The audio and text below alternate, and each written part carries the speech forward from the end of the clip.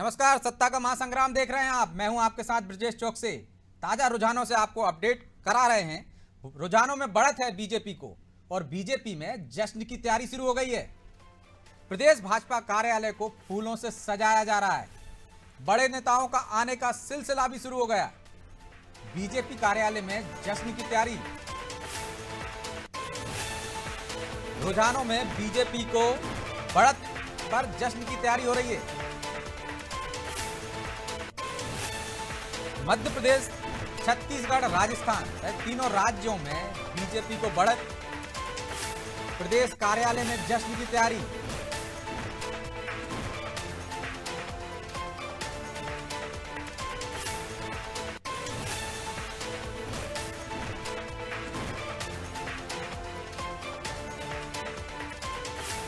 अनादि टीवी पर सबसे सटीक रुझान देख रहे हैं आप।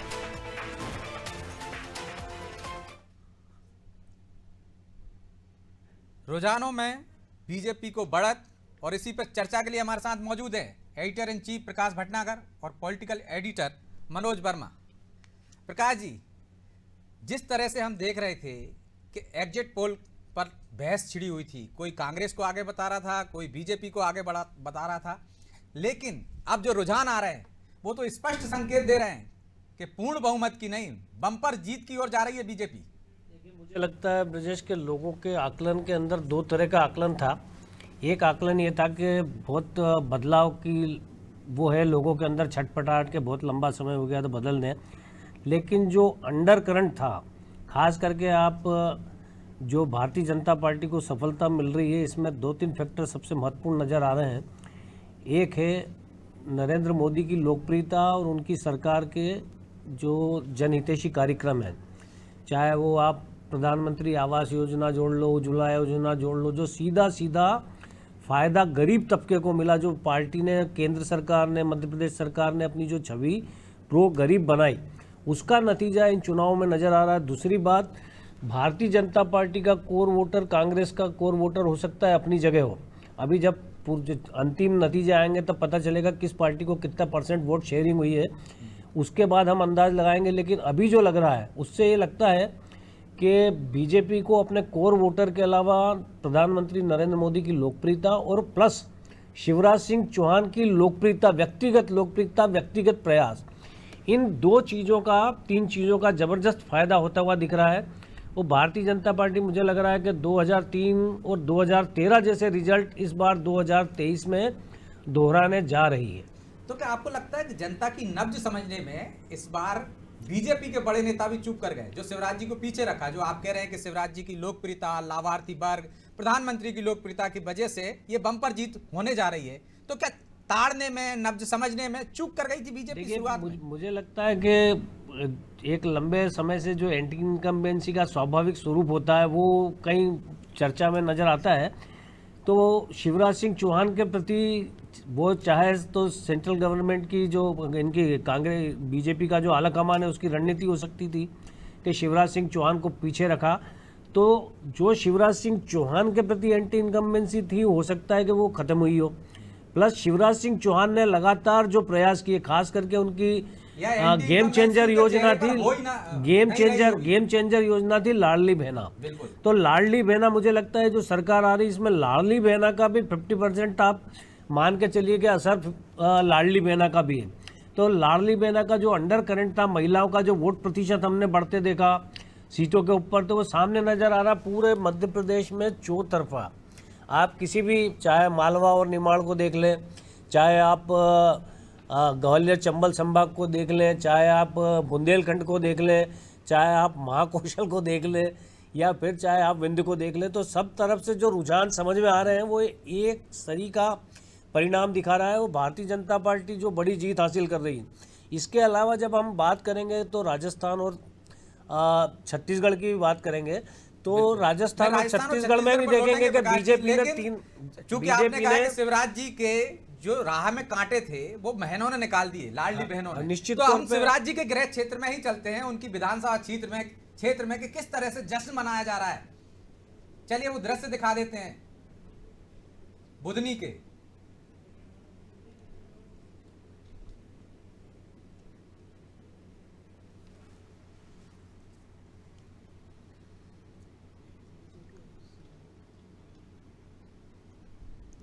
की बेटियों से, अरे ले लाए कन्यादान की कन्या दे रही आशीर्वाद। अब तुम राज करो शिवराज, और हमरे भी शिवराज भैया और सबके है शिवराज, हो गई कृपा नर्मदा मैया, अब तुम राज करो शिवराज। और जब हमारे भैया सांसद बने, तो शुरू से सुना रहा हूं उनकी कहानी, बने सांसद जब से भैया गौवध बंद कराए, बने सांसद जब से भैया गौवध बंद कराए। अरे कोई कसाई मध्य प्रदेश में अरे गौएं काट न पाए, ये गौएं दे रही आशीर्वाद, अब तुम राज करो शिवराज। और हमरे भी शिवराज भैया और तुमरे भी शिवराज, हो गई कृपा नर्मदा मैया, अब तुम राज करो शिवराज।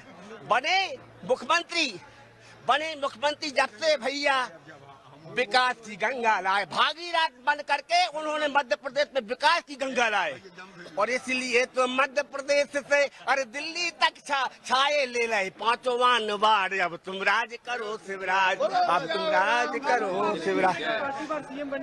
अरे हमने तो पक्का सोचा था कि कहूँ कर्म प्रधान विश्वर राखा, जो जज करे तो तत्पल जाएगा। शिवराज जी के ऐसे कर्म से हमको लगता था कि शिवराज जी जब तक रहेंगे भाजपा सरकार को, उन्होंने ऐसा योगदान दिया, उन्होंने ऐसा कर्म किया है, उन्होंने उनकी ऐसी निष्ठा रही है, गरीबों के प्रति निष्ठा रही है, गरीबों को सुरक्षा दान दिया है, बीमारी के लिए बहनों को सम्मान में भी आ रहे हैं आप लोग और छत्तीसगढ़ में भी आगे चल रहे हैं।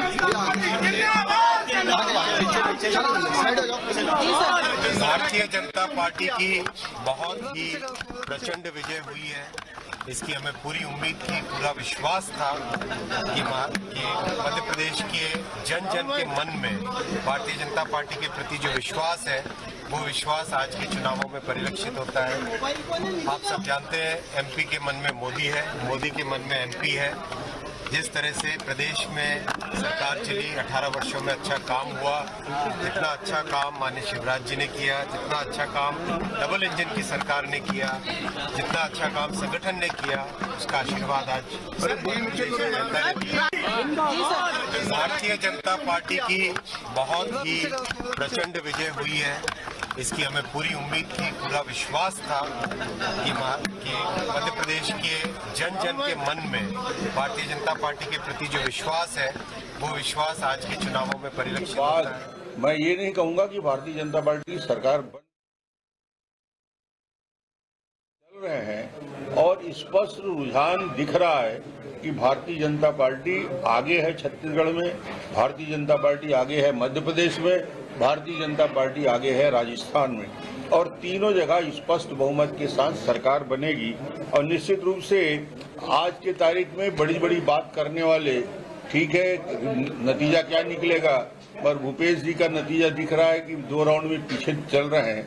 इसका मतलब ये है कि जनता ने उनके सारे मंत्रियों को नकारा है, पूरी सरकार को रिजेक्ट किया है, और भारतीय जनता पार्टी को पूरा का पूरा आशीर्वाद और समर्थन दिया है। सर, शुरुआती बढ़त आखिर क्या माने कि बीजेपी को जनता क्यों चुन रही है? मैंने पहले भी इसका जवाब दिया। तो ये आप सुन रहे थे छत्तीसगढ़ के पूर्व मुख्यमंत्री रमन सिंह को। वो कह रहे हैं कि किस तरह से रिजेक्ट कर दिया है कांग्रेस को छत्तीसगढ़ में। मध्य प्रदेश में आप इससे पहले सुन रहे थे प्रदेश प्रभारी थे भूपेंद्र यादव, शिवराज सिंह चौहान की तारीफ कर रहे थे, सरकार की लोकप्रियता की तारीफ कर रहे थे, कामों की तारीफ कर रहे थे, और कह रहे थे कि इसकी बदौलत हमें पता था कि प्रचंड बहुमत मिलेगा, और वो दिख रहा है रुझानों में। चलिए अब नेक्स्ट स्टूडियो चलते हैं, जहां पारुल आपको बताएंगे कौन आगे चल रहे हैं, कौन पीछे चल रहे हैं, मध्य प्रदेश में किस क्षेत्र में क्या हालात है।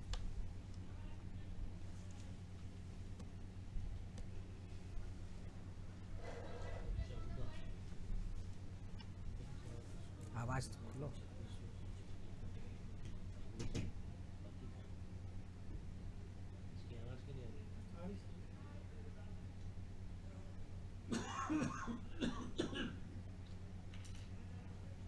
चालू है भाई।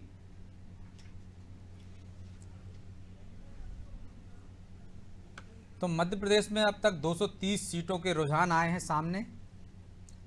एमपी के रुझानों में बीजेपी आगे है, राजस्थान और छत्तीसगढ़ में भी बीजेपी को बढ़त है।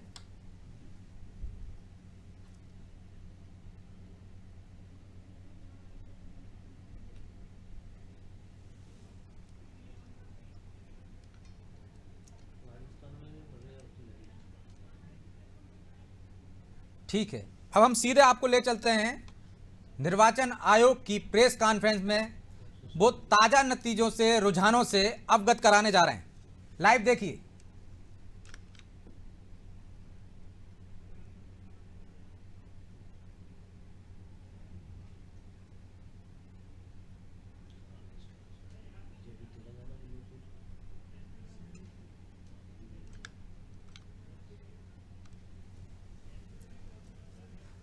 लगता है कुछ तकनीकी खामी है, अभी प्रेस कॉन्फ्रेंस शुरुआत नहीं हुई है। प्रकाश जी, आप जिक्र कर रहे थे मध्य प्रदेश के बाद छत्तीसगढ़ और राजस्थान की। आपने कहा कि लाडली बहनों का कमाल है मध्य प्रदेश में, तो छत्तीसगढ़ में जिस तरह से भूपेश बघेल को हम देख रहे हैं कि गोबर तक खरीद रहे थे, यदि लाभार्थी वर्ग यहाँ फैक्टर है मध्य प्रदेश में, तो राजस्थान में भी गहलोत ने किस तरह से लाभार्थी वर्ग को साधने की कोशिश की थी, वहाँ पर सरकारों पर भरोसा क्यों नहीं जताया उस लाभार्थी वर्ग ने?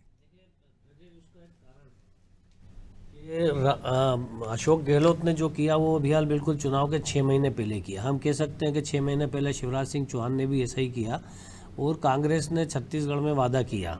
लेकिन जो लाभ केंद्र सरकार का, वो मध्य प्रदेश के अंदर जो डबल इंजन सरकार की जो बात हो रही थी, तो जो लाभ मध्य प्रदेश के लोगों को मिल रहा था 6 महीने से, तो लाडली बहना का हो गया, लेकिन किसान सम्मान निधि का पैसा बराबर मिल रहा था। यहाँ पे कांग्रेस के जो राज्य हैं वहाँ पे इन चीज़ों में दिक्कत थी। जो शुरुआत हुई वो देर से हुई। तो मुझे लगता है कि जो भारतीय जनता पार्टी ने नरेंद्र मोदी का चेहरा आगे रखा तीनों राज्यों में नरेंद्र मोदी के चेहरे को आगे रखने के बाद उन्होंने जो उसका फ़ायदा उठाया, जो आप लाभार्थी वाली बात कह रहे हैं, तो लाभार्थी का जो डबल इंजन सरकार का जो उनका प्रयोग है, जो चाहे हम देखते हैं कि उत्तर प्रदेश सरकार है, उत्तर प्रदेश के अंदर भारतीय जनता पार्टी की सरकार है, वहाँ अभी कोई चुनाव नहीं, लेकिन वो भी अपना प्रचार डबल इंजन की सरकार के तौर पे करते हैं। तो मुझे लगता है कि लोगों के दिमाग में वो ये बिठाने में कामयाब रहे नरेंद्र मोदी कि यदि राज्य में और केंद्र में एक पार्टी की सरकार रहेगी तो क्षेत्र का ज़्यादा विकास होगा। और मुझे लगता है कि जिस तरह से उन्होंने चुनाव में 5 साल, अगले 5 साल तक के लिए मुफ्त राशन की जो बात की, तो जो गरीब तबका है जो सबसे ज़्यादा प्रभावित होता है, हम बात करते थे कि भ्रष्टाचार बहुत है, ऐसा है वैसा है, तो ये किस सरकारों में नहीं है। ये मुद्दे ऐसे हैं, चाहे वो महंगाई हो, चाहे वो भ्रष्टाचार हो, चाहे रिश्वतखोरी हो, ये सारी चीज़ें ऐसी है जो चाहे कांग्रेस की सरकार हो, चाहे भारतीय जनता पार्टी की सरकार हो, एक शाश्वत मुद्दा होता है। अब इनसे कौन लोग प्रभावित होते हैं, उनकी संख्या कितनी है, और दूसरी आम जनता किस चीज़ से प्रभावित होती है, उसकी संख्या कितनी जो वोट डालने जाती है, ये चीज़ एक बहुत मायने रखती। तो मुझे लगता है कि भारतीय जनता पार्टी को आप कैलकुलेशन करेंगे तो तीनों राज्यों में इस चीज़ का फ़ायदा मिला है। और दूसरी बात के नेतृत्व के बीच में उन्होंने सीधा नरेंद्र मोदी को आगे रख के किसी तरह का क्लैश पार्टी के अंदर नहीं होने दिया। अब वो मुख्यमंत्री किसे बनाएंगे इन तीनों राज्यों में, ये एक अलग अलग मैटर है। कल जब शिवराज सिंह चौहान से पूछा गया था तो उन्होंने बहुत आत्मविश्वास से कहा था कि भारतीय जनता पार्टी जिंदाबाद, उनका ये जवाब था। तो मुझे लगता है कि इस निश्चित तौर पे मध्य प्रदेश में जो नतीजा आ रहा है, इसका श्रेय पार्टी के आला कमान को भी शिवराज सिंह चौहान को देना पड़ेगा। और देने के पीछे एक वजह और है, मुझे लगता है कि जिस तरह से हम देख रहे हैं कि शिवराज सिंह चौहान पर भरोसा, कांग्रेस ने ये मुद्दा बनाने की कोशिश की थी कि उन्होंने भी चुनाव से पहले लाडली बहना योजना लेकर आए, लेकिन वो लगातार लड़कियों से लेकर, बच्चियों से लेकर महिलाओं तक जो महिला वर्ग के लिए योजना लाते रहे, शायद वो भी एक भरोसे की एक वजह रही है कि शिवराज पर भरोसा है कि चुनाव की वजह से वो योजना लेकर नहीं लाए, लगातार वो काम कर रहे हैं। वो अपने पहले कार्यकाल से हम देख रहे हैं, लाडली बहना, जननी सुरक्षा और महिलाओं से संबंधित और कमजोर तबकों से संबंधित कई योजनाओं को उन्होंने हर उसमें फॉलो किया। हम किसानों की बात करेंगे, कांग्रेस ने किसानों की कर्ज माफ़ी की बात की, लेकिन आप ध्यान रखेंगे कि यदि किसान की फसल खराब हो गई तो शिवराज सिंह चौहान ने खराब प्याज भी मध्य प्रदेश में 8 रुपये में खरीदी जब चुनाव नहीं था तब। तो मुझे लगता है जो संवेदनशीलता, जो सहजता शिवराज सिंह चौहान के व्यक्तित्व में दिखती है, वो 15 साल 16 साल मध्य प्रदेश में उन्हें हो गए हैं। तो जनता इस चीज़ को बहुत अच्छे से समझती है। आप कांग्रेस ने बहुत कोशिश की कि शिवराज सिंह झूठ की मशीन है, घोषणाओं की मशीन है, और कमलनाथ आएंगे खुशहाली लाएंगे। तो जब दो चेहरों को मध्य प्रदेश की जनता ने तोला होगा, तो एक तरफ थे कमलनाथ और एक तरफ थे शिवराज सिंह चौहान। जब हम मध्य प्रदेश की बात करेंगे तो मुझे लगता है 100% मध्य प्रदेश की जनता के भरोसे पे यदि कोई खरा उतरा है तो वो शिवराज सिंह चौहान है। और मुझे लगता है कि शिवराज सिंह चौहान ने मध्य प्रदेश की राजनीति में एक इतिहास रचा है। भारतीय जनता पार्टी ने भी रचा। लगातार 5वीं बार सरकार में आना, 2003 में, 2013 में आप एक 15 महीने पांचवी का, बार उस ये हालात 15 में महीने का, आते हुए 15 दिखना। महीने का वो छोड़ दीजिए, तो लगातार 5वीं बार सत्ता में। अब आप इसके बाद अंदाज लगाइए कि मध्य प्रदेश में भविष्य में कांग्रेस के क्या हाल होने वाले हैं। और वो भी क्योंकि उस कांग्रेस स्थिति में की आ रहे जो हैं कि लीडरशिप 2003 है, में जिस तरह से आ रहे थे क्योंकि उस तरीके से आ रहे हैं। कांग्रेस की जो लीडरशिप है बिल्कुल। वो दोनों ही मतलब उम्र के उस पड़ाव पे है कि जिससे आप भविष्य के अंदर कोई आप अपेक्षा नहीं कर सकते। मध्य प्रदेश की जनता भी अपेक्षा नहीं कर सकती और कांग्रेस के कार्यकर्ता भी अपेक्षा नहीं कर सकते। लेकिन ताज्जुब आप इसके बाद भी देखिए कि कांग्रेस का आत्मविश्वास गजब का है कि कांग्रेस के कार्यकर्ता इधर पार्टी हार रही, उधर बीजेपी का कांग्रेस कार्यालय में ढोल बजा के कमलनाथ जिंदाबाद के नारे लगा रहे हैं।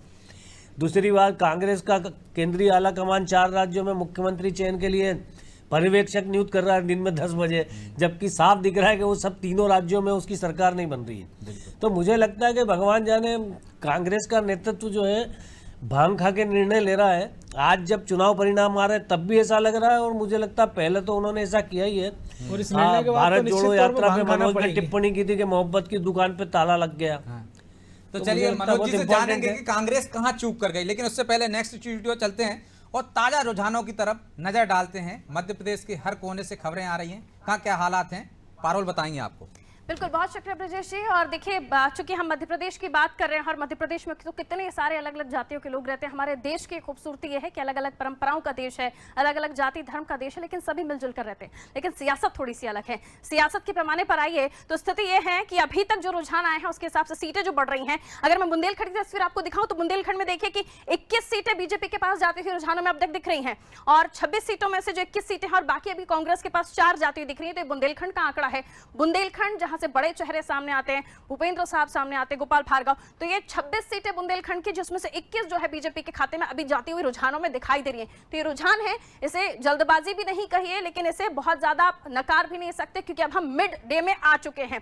चलिए अगली तस्वीर आपको दिखा देती हूं। तो अगला क्षेत्र हमारे लिस्ट में आ जाता है बुंदेलखंड के बाद ग्वालियर चंबल। ग्वालियर चंबल पर तो सबकी नजर है, हम सभी जानते हैं, लेकिन ग्वालियर चंबल के 34 में से जो रुझान अभी तक सामने आ रहे हैं, 17 सीटें बीजेपी के पास जाती हुई दिखाई दे रही हैं। वहीं उसी के साथ में कांग्रेस की बात कर लूं तो 14, तो बहुत ज्यादा डिफरेंस नहीं है, लेकिन अब नतीजों का इंतजार होगा कि 34 में से किसके खाते में कितनी जाती हैं, क्योंकि ग्वालियर चंबल पर सबकी नजर है और महारथियों ने बहुत ज्यादा यहां पर भी जोर लगाया है। जो बड़े कद्दावर नेता हैं, स्टार दर्जे के नेता हैं, सबने यहां पर खूब पुरजोर कोशिशें की हैं। तो यहां पर किसको बढ़त मिलेगी ये तो नतीजे बताएंगे, लेकिन फिलहाल जो रुझान सामने आ रहे हैं, 17 बीजेपी के पास, 17 कांग्रेस के पास। अगली स्लाइड जल्दी से हमारे दर्शकों को दिखा देते हैं। ग्वालियर चंबल के बाद अगला क्षेत्र हम ले रहे हैं मध्य भारत, मिड देश का दिल मध्य प्रदेश और मध्य प्रदेश का मध्य क्षेत्र। तो मध्य भारत देखिए 36 सीटें, जिनमें से 25 हम देख रहे हैं बीजेपी के पास रुझानों में जाती हुई दिखाई दे रही है, तो कांग्रेस के पास 6। मध्य ने पहले भी बीजेपी का साथ दिया है, लेकिन इस बार भी बीजेपी के साथ जाती हुई रुझानों में मध्य क्षेत्र की जनता दिखाई दे रही है। अगली स्लाइड जल्दी से हमारे दर्शकों को दिखा देते हैं, ताकि जल्दी से बाकी डिस्कशंस की तरफ हम जा सके। तो जल्दी से हम दिखा दें तो महाकौशल और विंध्य, ये देखिए 68,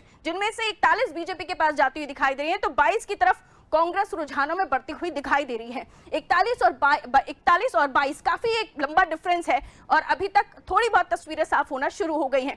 अगले क्षेत्र की तरफ हम चले जाएं तो महाकौशल विंध्य के बाद देखिए तो मालवा निमाड़ की जो टोटल सीटें हैं 68, जहां पर हम देख रहे हैं बीजेपी के पास रुझानों में 45 जाती हुई दिखाई दे रही हैं। 66 में से 45 बीजेपी के पास रुझानों में, और कांग्रेस के पास देख लीजिए तो 19, बाकी अन्य के पास 2 जाती हुई दिखाई दे रही हैं। तो ये ओवरऑल मध्य प्रदेश का जो समीकरण है क्षेत्रवार, वो हमने आपको समझाने की कोशिश की, और इस पर इसलिए भी नजर होनी चाहिए क्योंकि अलग अलग क्षेत्र पर दिग्गज उतारे हैं बीजेपी ने, तो उनका प्रभाव भी देखा जाएगा, और बड़े बड़े नाम जिन्होंने खूब जोर लगाया, उन्होंने कितनी सीट दिला पाई अपनी पार्टी के लिए, इस पर भी नजर होगी। ब्रजेश जी। ठीक है, धन्यवाद पारुल। अब आपको 7 सांसदों के बारे में बता देते हैं। मध्य प्रदेश में बीजेपी ने 7 सांसदों को मैदान में उतारा था। बीजेपी के 6 सांसद आगे चल रहे हैं, सिर्फ कांग्रेस के चैन सिंह आगे हैं। फग्गन सिंह कुलस्ते 8,383 वोट से पीछे हैं। राकेश सिंह 6,796 वोट से आगे हैं। कैलाश विजयवर्गीय 4,268 से आगे हैं। प्रहलाद पटेल 4,145 वोट से आगे हैं। रीति पाठक 499 वोट से आगे हैं। बीजेपी के 6 सांसद आगे चल रहे हैं। ये बड़ा दांव चला था बीजेपी ने, केंद्रीय आलाकमान ने अपने केंद्रीय मंत्रियों और सांसदों को मैदान में उतार दिया था। और इस दाव को सफल होते हुए भी देख रहे हैं हम। ये सांसदों की स्थिति बताई है हमने मनोज जी, लेकिन सबसे पहले बात कर लेते हैं ग्वालियर चंबल की।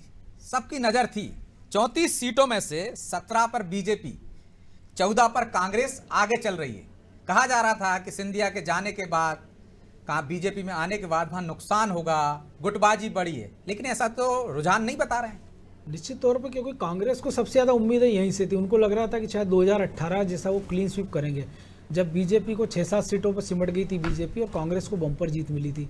कहा जा रहा था कि दिमनी में राकेश सिंह चुनाव हारे या ग्वालियर में बीजेपी का शायद खाता ना खुले, दतिया में बीजेपी का खाता ना खुले। लेकिन जो अभी हम दिखा रहे हैं नतीजे, उससे ऐसा लग नहीं रहा है कि बीजेपी को कोई बड़ा नुकसान हुआ, बल्कि उल्टे ये हुआ है कि एक तरह से फायदा नजर आ रहा है हमको। पिछली बार 7 सीटें मिली थी, इस बार सीधी 10 सीटों की बढ़त दिख रही है। बिल्कुल। तो और ऐसी स्थिति में जब हमने नगरीय निकाय में देखा था कुछ माह पहले ही कि बीजेपी के, हमने देखा था ग्वालियर महापौर का चुनाव बीजेपी हार गई थी 55 साल बाद, मुरैना हार गए थे।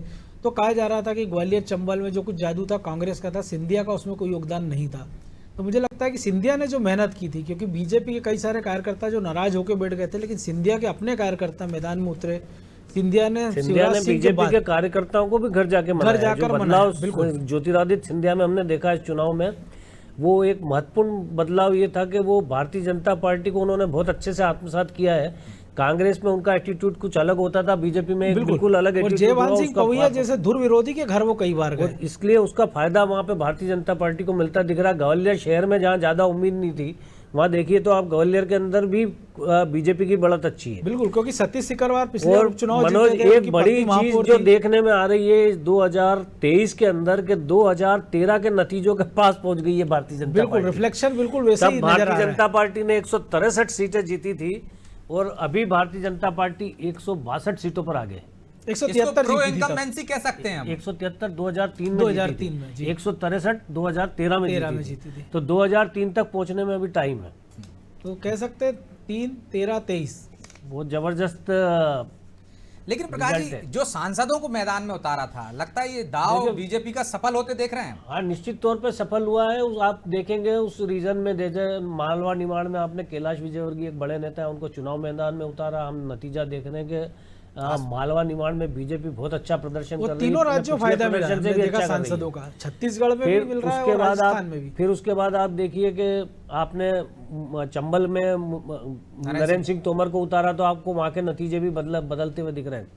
जबलपुर में जहाँ राकेश सिंह के बारे में लगभग ये कयास था कि वो चुनाव हार रहे हैं, वो चुनाव जीत रहे हैं, लेकिन उनके और प्रहलाद पटेल के कारण मुझे लगता है कि महाकौशल में भी बीजेपी अच्छा प्रदर्शन करती हुई दिखाई दे रही है। बिल्कुल, विंध्य महाकौशल की 68 में से 41 सीटों पे जीत रहे, क्योंकि पिछली बार था कि विंध्य ने अच्छा किया और महाकौशल में कांग्रेस ने बहुत अच्छा किया था और ये माना जा रहा था कि कमलनाथ मुख्यमंत्री पद के दावेदार हैं और इस बार भी थे, लेकिन कहीं ना कहीं जनता को भरोसा नहीं हुआ मुझे लगता है। तो निश्चित तौर पर कमलनाथ का जो 15 महीने का कार्यकाल देखा, लोग उसको भूले नहीं।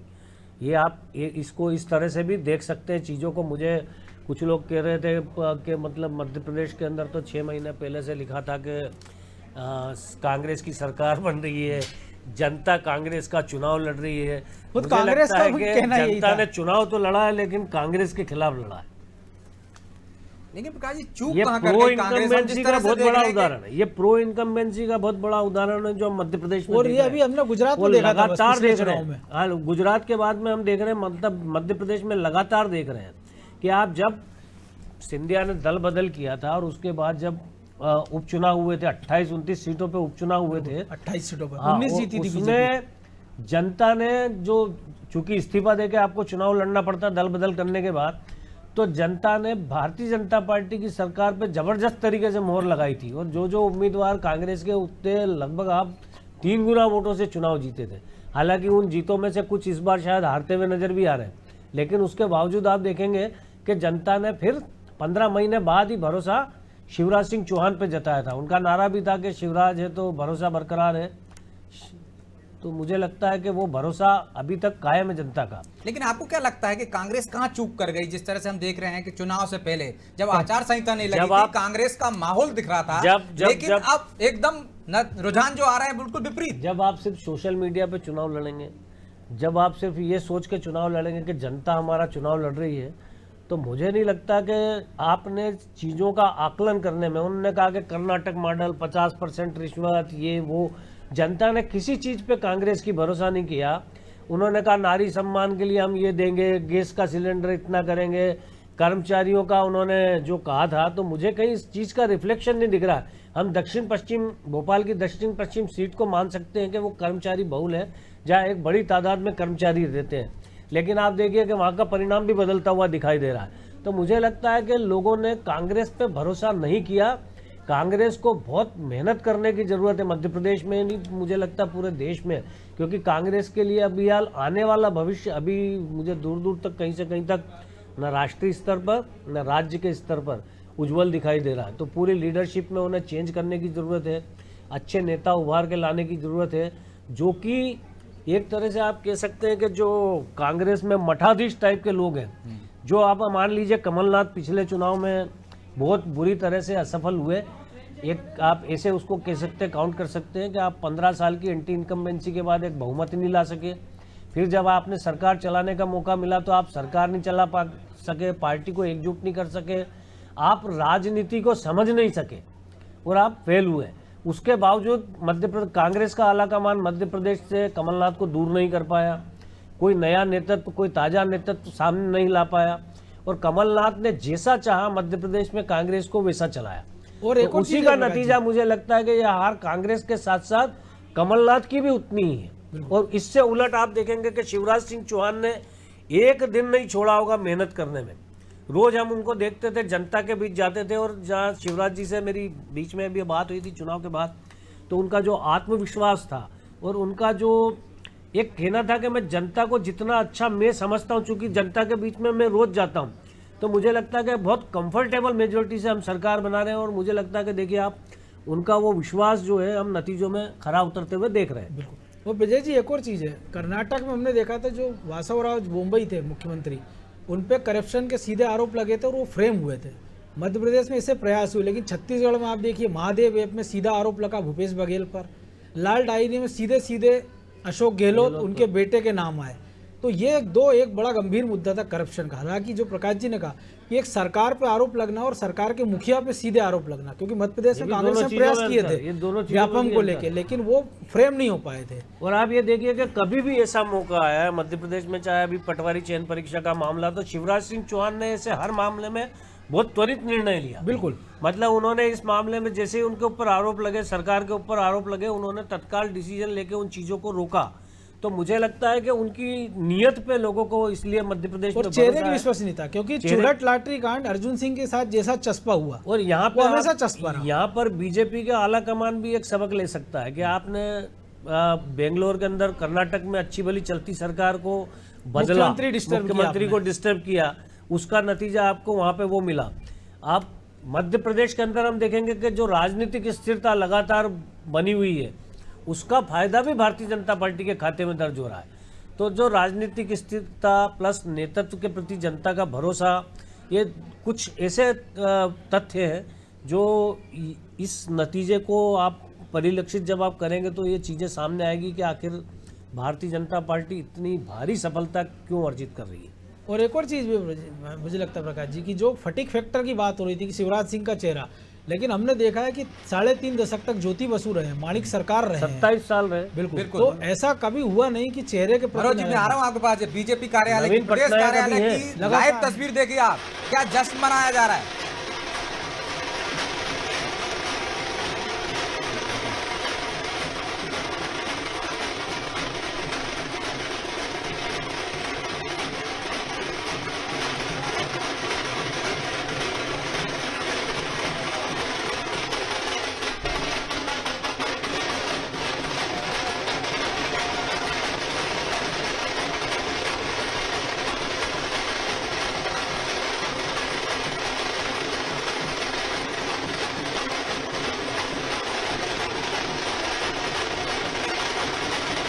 बीजेपी कार्यालय में जश्न देख रहे थे आप।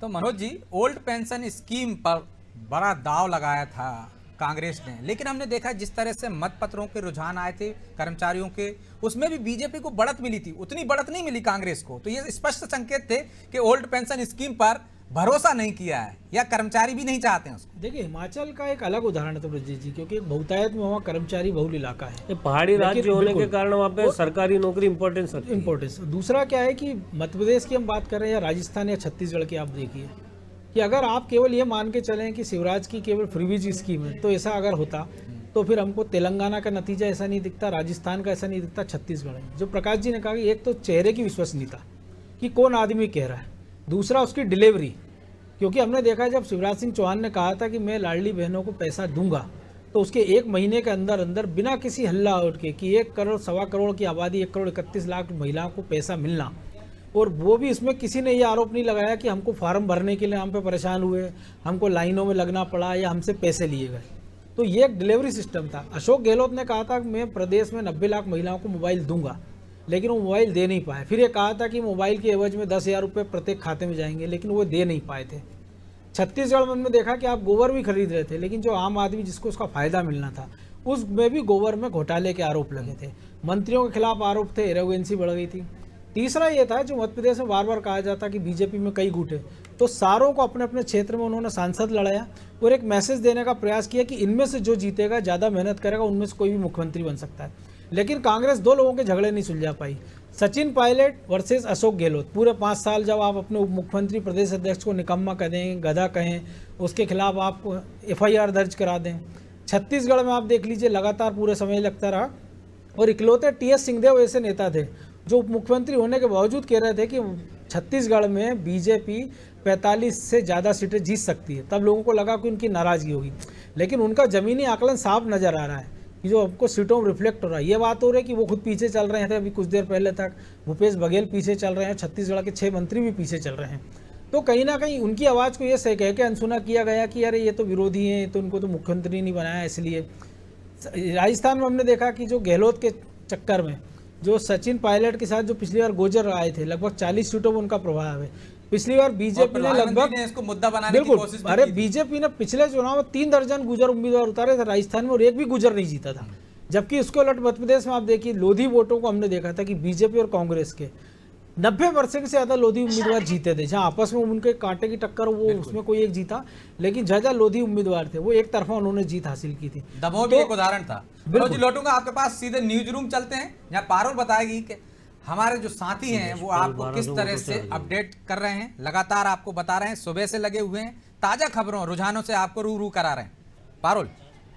बिल्कुल, देखिए सुबह से ही हमारी टीम है यहाँ पर मौजूद और लगातार हम आंकड़े अपने दर्शकों तक पहुंचा रहे हैं। देखिए, हम जो दावा कर रहे हैं, वादा कर रहे हैं कि हम सटीक और सही रुझान आप तक पहुंचाने की कोशिश कर रहे हैं, जैसे ही नतीजे आएंगे हम फटाफट अपने दर्शकों तक पहुंचाएंगे, इसलिए आपको हमारे साथ बने रहना होगा। ज्योति हमारे सहयोगी हमारे साथ है, क्या कुछ अपडेट है ज्योति आपके पास? देखिए पारुल जी, जैसा कि हम देख रहे हैं जो रुझान इस वक्त सामने आ रहे हैं, उससे एक तस्वीर तो बिल्कुल साफ हो रही है कि जो 3 राज्य हैं, छत्तीसगढ़, मध्य प्रदेश, राजस्थान, तीनों ही जगह पर डबल इंजन की सरकार बनते हुए हम इस तस्वीर में साफ देख सकते हैं। और अगर मध्य प्रदेश की हाई प्रोफाइल सीटों की अगर बात कर लें, तो हाई प्रोफाइल सीटों में अभी अनूपपुर सीट पर बीजेपी आगे चल रही है, अटेर से कांग्रेस आगे चल रही है, बुधनी से भी बीजेपी आगे है।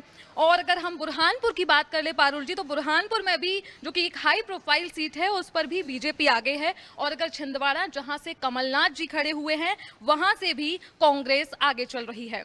लेकिन कांग्रेस और बीजेपी दोनों में ही देखी जाए तो ये आंकड़ा जो है ये बेहद ही चौंकाने वाला है, क्योंकि जिस तरीके का माहौल था, ऐसा लग नहीं रहा था कि इतनी सारी सीटों पर बीजेपी एकदम से अपना जलवा दिखा देगी। लेकिन ये साफ दिख रहे हैं, हम देख रहे हैं, चूंकि न्यूज रूम से लाइव अपडेट्स कर रहे हैं हम, तो ये साफ देखा जा रहा है कि बीजेपी कहीं ना कहीं जनता के दिल में अपनी पैठ बनाने में शायद कामयाब दिख रही है। बिल्कुल कामयाब होती हुई दिखाई दे रही है, और जैसे कि एग्जिट पोल्स आ रहे थे वो लगभग एग्जैक्ट की तरफ बढ़ते हुए दिखाई दे रहे हैं, क्योंकि रुझान जो कह रहे हैं लगभग उसी तरफ दिखाई दे रहे हैं।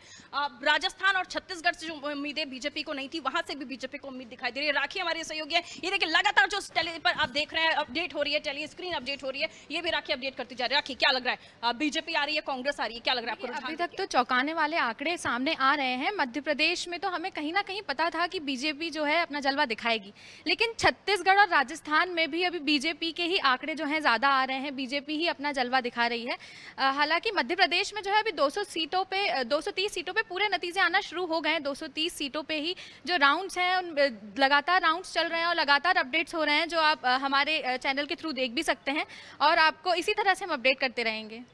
यानी जो लाडलियां हैं एमपी की, ये हमारे न्यूज़ रूम की लाडलियां हैं, और आपको क्या लगता है मध्य प्रदेश की लाडलियां किस तरफ गई हैं, बहनें भांजियां? मुझे जिस तरह से हम सामने से आंकड़े आ रहे हैं, सुबह से आंकड़े आ रहे हैं, मुझे लग रहा है कि मध्य प्रदेश में जो लाडली बहना योजना का कमाल है वो दिख रहा है साफ साफ। ठीक है, तो देखिए पूरी टीम है, लगातार सुबह से काम कर रही है, और जो आप स्क्रीन पर लगातार जो एक एक नंबर का अपडेट देख रहे हैं वो भी हमारे साथ जो हम देख रहे हैं वो आप टेलीविजन स्क्रीन पर वो सब कर रहे हैं। अभिषेक काफ़ी दिनों से लगे हुए हैं कि काम कर रहे हैं, नंबर आने चाहिए, सही नाम आने चाहिए, प्रॉपर सारी चीज़ें। अभिषेक, क्या तैयारियां चल रही हैं न्यूज़ रूम में और किस तरह से अपडेट कर रहे हैं आप लोग? वैसे तैयारी बहुत शानदार की गई है और इस बार हम कोशिश करें कि जितनी अच्छे से अच्छे जल्दी से जल्दी हम अपडेट पहुंचा सके। और अगर बात रही इस इलेक्शन की, तो जो एग्जिट पोल्स में हम एंटिसिपेट कर रहे थे और कहीं ना कहीं क्वेश्चन भी उठ रहा था कि ये नंबर जो है खासतौर से मध्य प्रदेश को लेकर कहा जा रहा था कि बहुत ज़्यादा हाई है, बट अब जो इनिशियल राउंड्स है उसमें हम देख रहे हैं कि जो एग्जिट पोल है काफ़ी सटीक साबित हो रहा है। वही अगर हम बात करें छत्तीसगढ़ की, तो हमें छत्तीसगढ़ में लग रहा था कि काफ़ी ईजिली कांग्रेस शायद वहाँ पर लीड कर जाएगी और जीत जाएगी, लेकिन ऐसा हुआ नहीं। हम देख रहे हैं काफ़ी क्लोज कॉम्पिटिशन देखने को मिल रहा है छत्तीसगढ़ में। और बहुत ही सरप्राइजिंग ये है कि पाटन सिंह जिस पे भूपेश बघेल खड़े हैं विजय बघेल के खिलाफ, वहां पर बहुत ही क्लोज मार्जिन है और मतलब 100 वोटों का अंतर है, इतना क्लोज फाइट वहां चल रहा है। वही तेलंगाना की बात करें, वहां पर जैसा कि एंटिसिपेट किया जा रहा था उसी तरह के रिजल्ट वहां देखने को मिल रहे हैं, कांग्रेस जीतती है। लेकिन राजस्थान में क्योंकि कहा यह जा रहा था, बहुत से जो विश्लेषक है वो ये कह रहे थे कि राजस्थान में हो सकता है कि जो नंबर है 100 का आंकड़ा कोई भी पार्टी पार नहीं कर पाए, लेकिन इनिशियल राउंड में हम देख रहे हैं कि 122 सीटों पर इस वक्त राजस्थान दिख रही है और कांग्रेस की वहां कम से कम 34 से 40 सीटें जाती हुई नजर आ रही है। तो कह सकते हैं कि काफी ज्यादा सरप्राइजिंग रहे हैं कई जगहों पर रिजल्ट। मध्य प्रदेश में इनिशियल जो 6 मंथ थे तब हम मान रहे थे कि थोड़ी एंटी इनकम्बेंसी है, हो सकता है कि कांग्रेस यहाँ पर जीत जाए, लेकिन लास्ट के 3 खासतौर से लाडली बहना योजना आई विल डेफिनेटली से कि 3 महीनों में जिस तरह से माहौल बदला, शायद उस एक बड़ा कारण है कि इस तरह का रिजल्ट हमको देखने को मिला है। और शिवराज सिंह चौहान, उनके लिए बात की जाए तो आप अगर देखिए जो लगातार मुख्यमंत्री जीतते रहते हैं साल दर साल, कहीं ना कहीं एक पॉइंट पे आके थोड़ा सा वो लेजी हो जाते हैं, लेकिन शिवराज सिंह चौहान ने अलग ही लेवल की मेहनत इस बार दिखाई। 165 सभाएं उन्होंने की, जिस तरह से उन्होंने काम किया, और जहां की तमाम तरह की बातें हो रही थी कि कांग्रेस हो सकता है कि इस चुनाव में इफेक्टिव होगा, बट अब जो रिजल्ट्स निकल के सामने आ रहे हैं इनिशियल राउंड्स में, साबित हो रहा है ये चीज़ कि शिवराज सिंह चौहान ने जो मेहनत करी है, सीट दर सीट जाके इतनी सारी सभाएं की हैं, उसका कहीं ना कहीं नतीजा देखने को मिल रहा है। बिल्कुल नतीजे देखने को मिल रहे हैं। और ये भी आपको बता दें, देखिए जिस तरह से तस्वीरें सामने आ रही हैं, रुझान सामने आ रहे हैं लाडली बहना योजना, और उसके साथ साथ मैं आपको बता दूं लाडली बहना योजना के साथ ये भी कहा जा रहा था कि जिस तरह की एनर्जी हमने देखी और आज भी जो तस्वीरें सामने आई थी, पापा वाले भैया रिएक्शंस जो आ रहे थे, रुझान सामने आ रहे थे, उसकी वजह से लग नहीं रहा था कि किसी तरह से बहुत ज़्यादा उत्साहित नजर आ रहे हैं, नॉर्मल। और आज भी हमने देखा शिवराज जी पौधारोपण करने भी निकले। शैलेश जी हमारे साथ है। शैलेश जी क्या बताएंगे, किस तरह की तैयारी न्यूज़ रूम में चल रही है और अभी अपडेट्स क्या हो रहे हैं? अभी ये है कि कांग्रेस का कोई भी स्ट्रांग होल्ड नहीं बचा अब मध्य प्रदेश में, सारे जिलों में कांग्रेस जो है पीछे है। और सबसे बड़ा इफेक्ट हम ये माने कि 2% जो वोट महिलाओं का बढ़ा था, उसका सबसे बड़ा इफेक्ट है लाडली बहना का जो इफेक्ट है। और केवल मध्य प्रदेश में नहीं, वो छत्तीसगढ़ में भी देखने को मिला है, क्योंकि मध्य प्रदेश और छत्तीसगढ़ में बहुत कनेक्टिविटी है। 80% वहाँ के लोग रिश्तेदार रहते हैं, महिलाएं आपस में बात करती रहती हैं, तो कहीं ना कहीं वो इम्पैक्ट वहाँ भी पहुँचा और यहाँ पर भी उसका इम्पैक्ट देखने को मिला। महाकौशल या आपके बुंदेलखंड या आपका मालवा या आपका चंबल, किसी भी क्षेत्र में देख लीजिए, हर जगह कांग्रेस पिछड़ती नजर आ रही है। ये कांग्रेस के लिए बेहद चिंताजनक स्थिति है। और सबसे बड़ी बात यह है कि इसी के साथ हिंदी बेल्ट में जो है कांग्रेस का पूरा वोट बैंक जो है लगभग खत्म होता नजर आ रहा है। ये बहुत डेंजर स्थिति है कांग्रेस के लिए। कांग्रेस को सोचना पड़ेगा कि आगे वो किस तरीके से गेन करती है, खासकर मध्य प्रदेश और छत्तीसगढ़ में।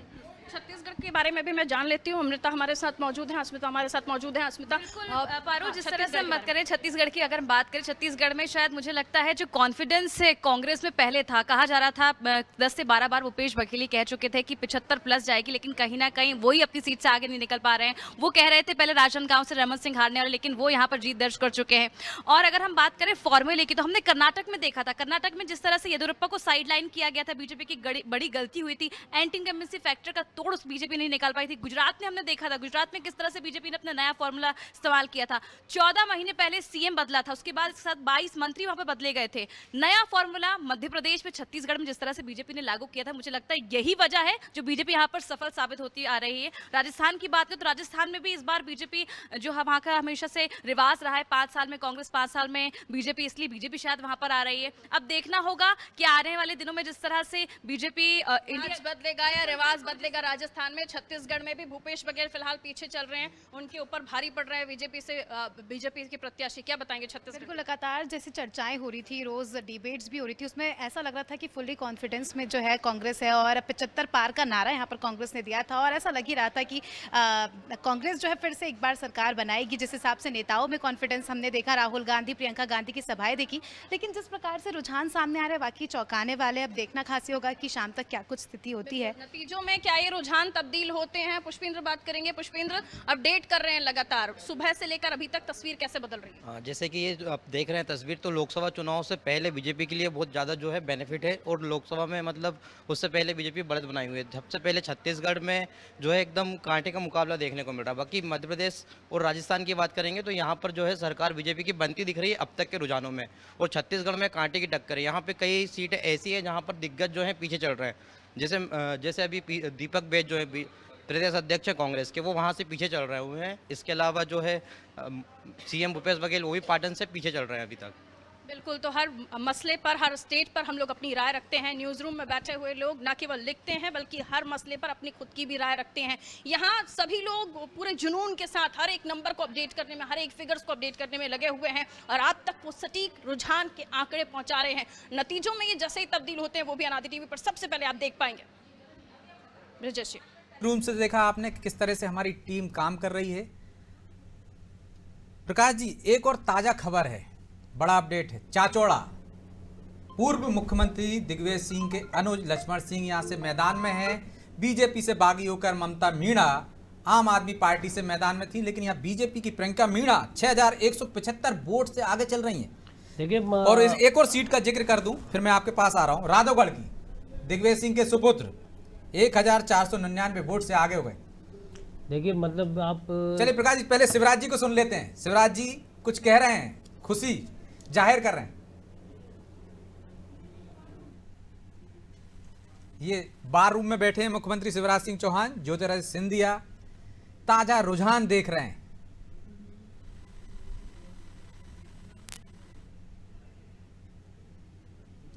ये बीजेपी का बार रूम है।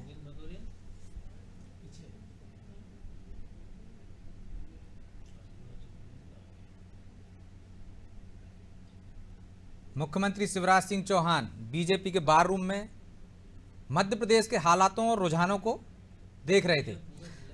तो प्रकाश जी, क्या वजह देखते हैं आप? दिग्विजय सिंह भी एक चाणक्य माने जाते हैं, कांग्रेस में पर्दे के पीछे की भूमिका निभा रहे थे, लेकिन अपने ही क्षेत्र में अपने भाई की इस स्थिति में पहुंच गए 6000 से पीछे।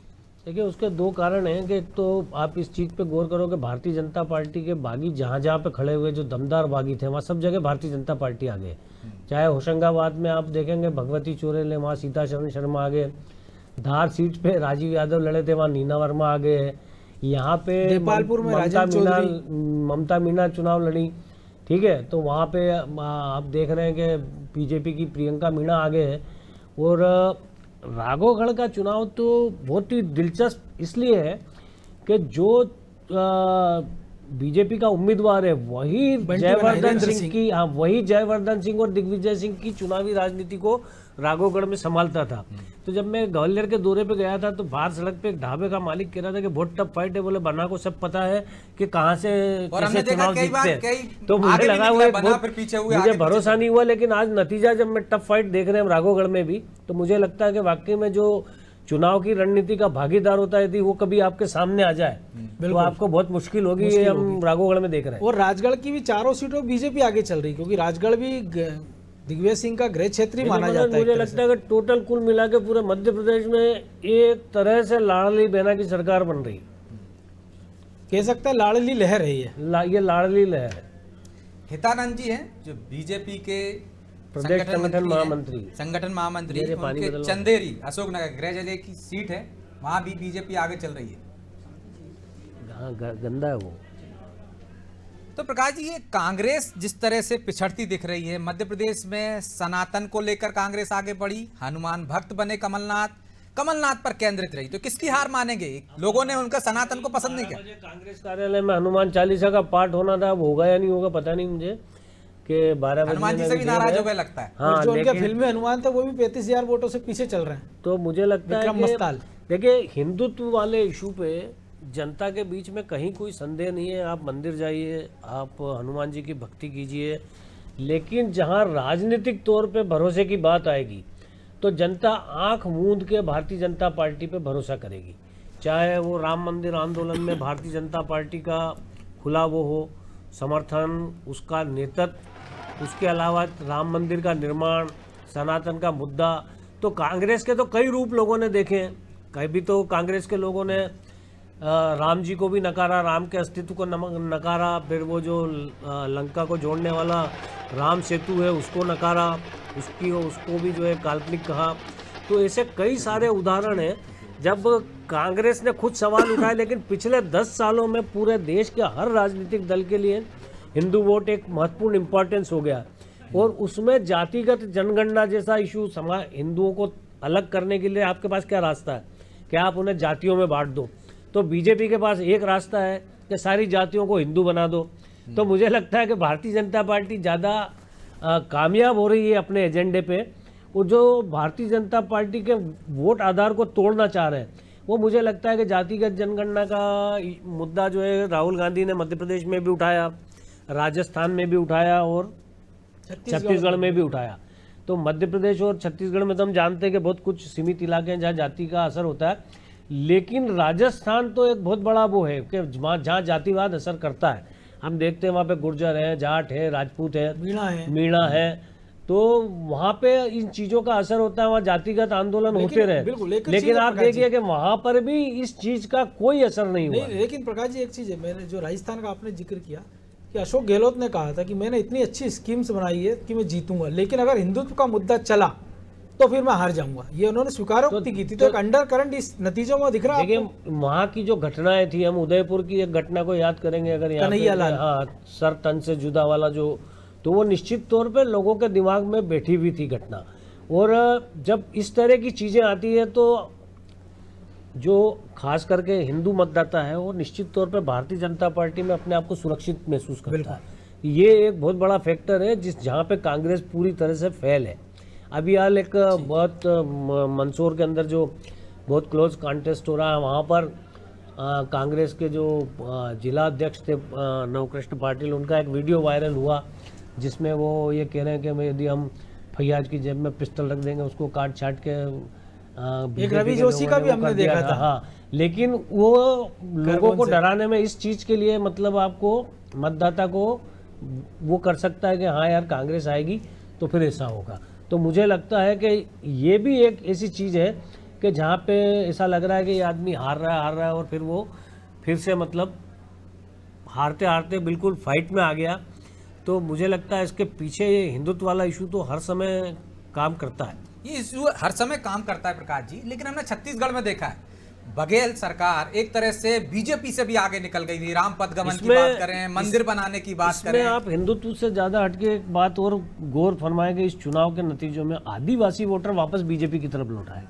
हम बस्तर के और छत्तीसगढ़ के नतीजे देख रहे हैं, झाबुआ के नतीजे देख रहे हैं, और बड़वानी जो आदिवासी बहुल इलाके हैं, हाँ, जो निमाड़ में जहाँ पे बीजेपी को डेट हुआ था, सबसे बड़ा उदाहरण, वहाँ पर वापस से वो बीजेपी की तरफ लौटता हुआ दिखाई दे रहा है आदिवासी वोट।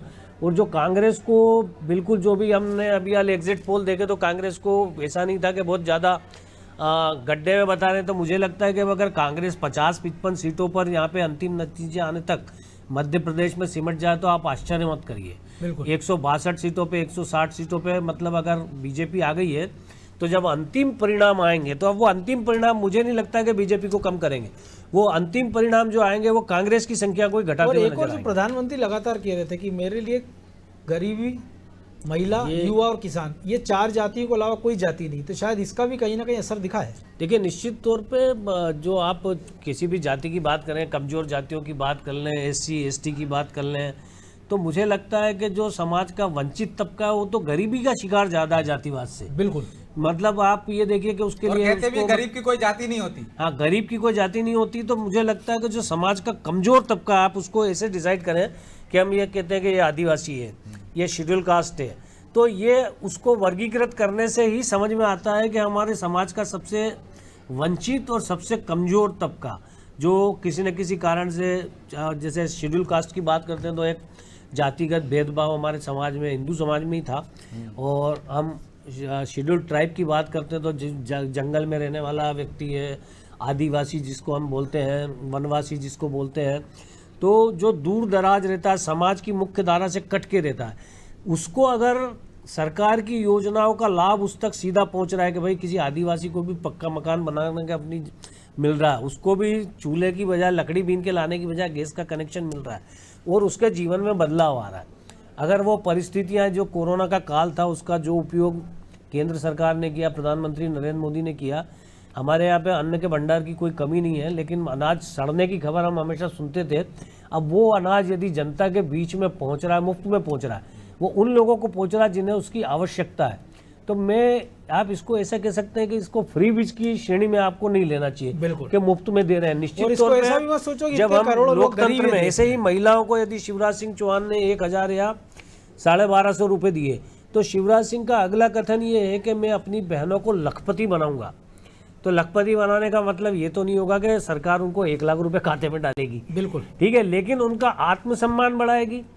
ये 3000 रुपए तक देगी। मान लीजिए हमने जब पिछली बार डिबेट में बैठे थे तब भी चर्चा की थी कि गांव की गरीब महिला के पास में 50 रुपये भी हाथ फैलाने पड़ते हैं, तो आज की तारीख में यदि उसको 1250 मिल रहे हैं, कल को 1500 रुपये मिलेंगे, प्लस उसको सरकार की दूसरी योजनाओं का लाभ यदि शिवराज सिंह चौहान मुख्यमंत्री कंटिन्यू करते हैं, तो मुझे लगता है कि जो उनके मन में करने की ललक है समाज के कमजोर, मुझे आप ये देखिए कि जब एक मध्य प्रदेश का एक राजनेता इतिहास में पहली बार लगातार इतना लंबा समय सत्ता में बिता रहा है, तो निश्चित तौर पर समाज के कमजोर तबके की दुआएं भी उसका साथ दे रही है। चलिए प्रकाश जी, और समझेंगे आपसे, लेकिन एक छोटा सा ब्रेक लेते हैं और ब्रेक के बाद हम आपको ताजा रुझानों से, चुनाव से जुड़ी खबरों के बारे में अपडेट देते रहेंगे।